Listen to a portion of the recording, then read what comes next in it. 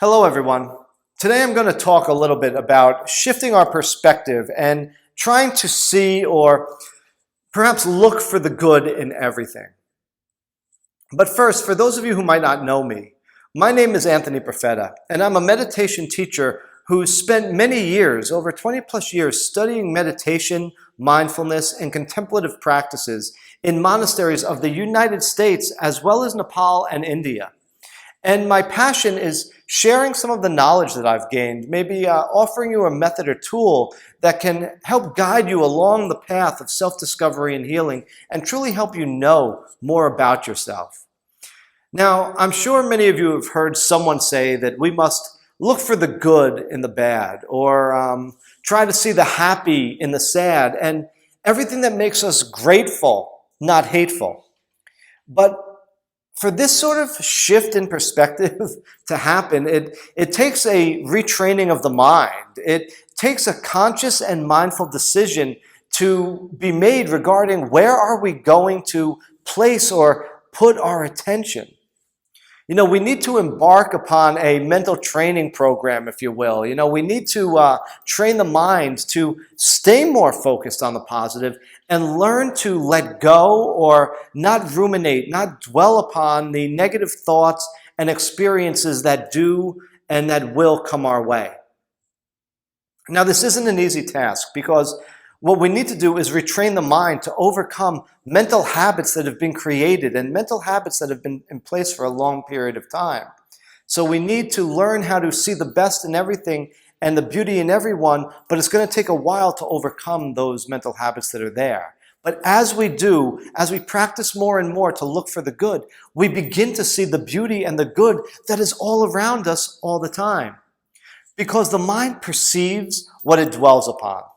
What we think about and how we think is what we begin to really see around us.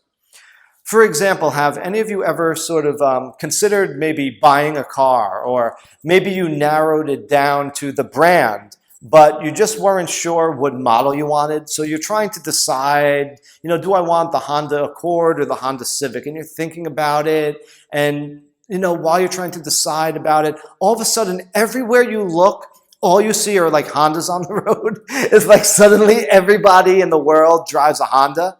Well, this is showing you through your firsthand direct experience the nature of the mind, how the mind actually works. And what the mind dwells upon is what it sees, what it begins to perceive.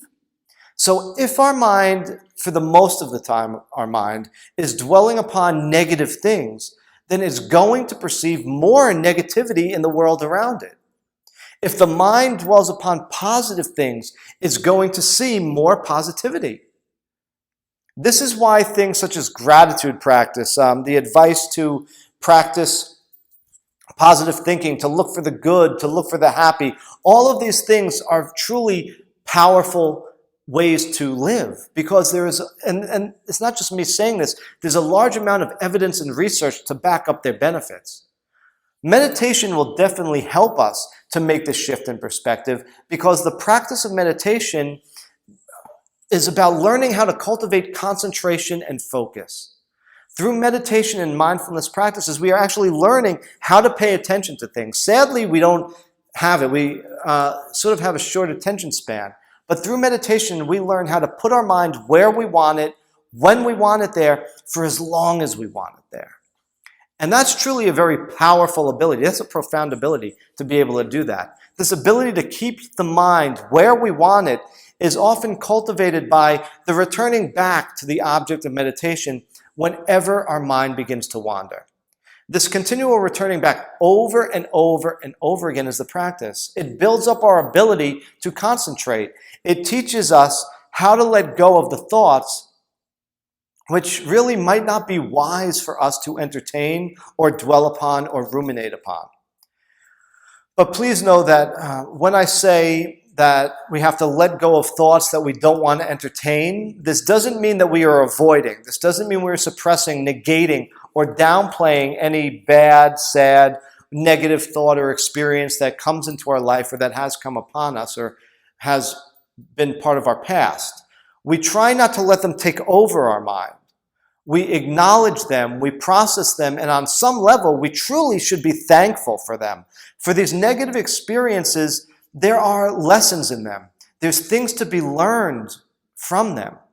If we can begin to look at them with a balanced mind or an equanimous mind, which they call in meditation, because meditation will truly help us cultivate a balanced mind, and we begin to ask ourselves such things as, maybe, what is the lesson for me? Or what am I supposed to learn from this present experience or this certain experience? This will lead to great spiritual growth and profound personal development. For the bad, the sad, the hateful, and all perceived negative experiences are needed and very useful, because these things give us the experience to fully and directly understand what good, what happy, and what grateful truly is.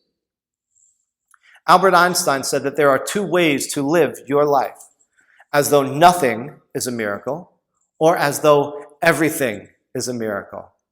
Which way do you think is better?